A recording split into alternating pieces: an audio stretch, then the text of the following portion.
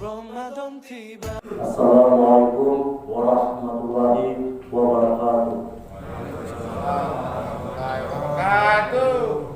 Nahmadu wa nusalli wa nusallim ala rasulillahil karim wa ala alihi wa sahbihi ajma'in, amma ba'du. Maka hadirin yang mulia, sesungguhnya Allah Subhanahu wa taala yang memberi kita rezeki.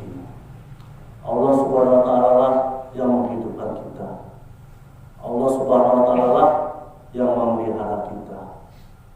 Maka hadirin yang mulia, rezeki pada setiap orang ini telah diatur oleh Allah Subhanahu wa taala. Lalu kapan hadirin yang mulia rezeki itu ditarik oleh Allah Subhanahu wa taala? Maka ketika seseorang ini telah tidak ada lagi, rohnya ini telah meninggalkan jasadnya ini, maka rezekinya di dunia ini pun akan habis. Jadi walaupun rezeki seseorang itu berada letaknya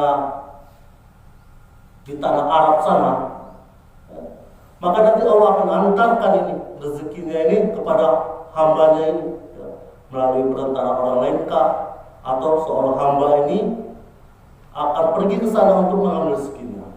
Jadi kita ini selaku orang yang hidup, seorang hamba ini, jangan perlu takut akan kekurangan rezekinya. Bahkan hadirin yang mulia, ketika Nabi Musa alaihissalam bertanya kepada Rasulullah SAW, bertanya kepada Allah Subhanahu wa taala, "Ya Allah, bagaimana dengan rezeki kami ini?" Maka pada saat itu Allah Subhanahu wa taala ini menyuruh Nabi Musa ini untuk memukul sebuah batu yang besar.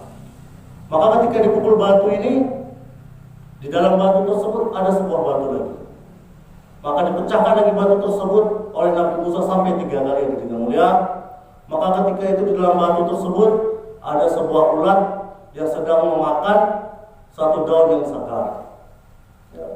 Maka sebuah ekor ulat pun, yang mulia, Allah hantar rezekinya di dalam batu tersebut.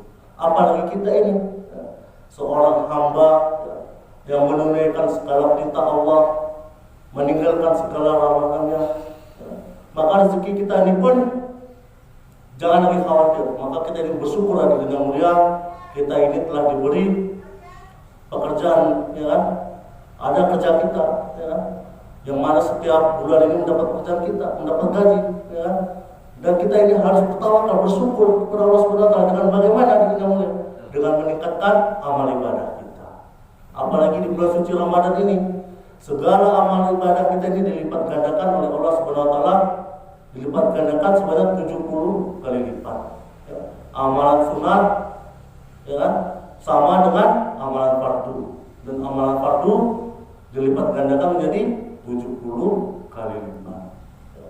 Maka beruntunglah yang mulia kita ini, ya kan, telah diberikan kenikmatan oleh Allah Subhanahu wa taala.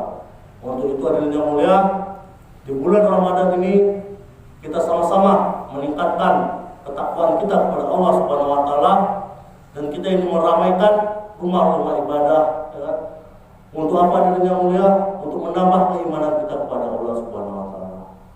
Mungkin hanya ini saja yang bisa disampaikan. Demikian kurangnya saya mohon maaf. Kita tutup dengan doa untuk majelis.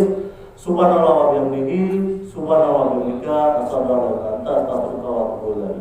Assalamualaikum warahmatullahi wabarakatuh. Waalaikumsalam warahmatullahi wabarakatuh.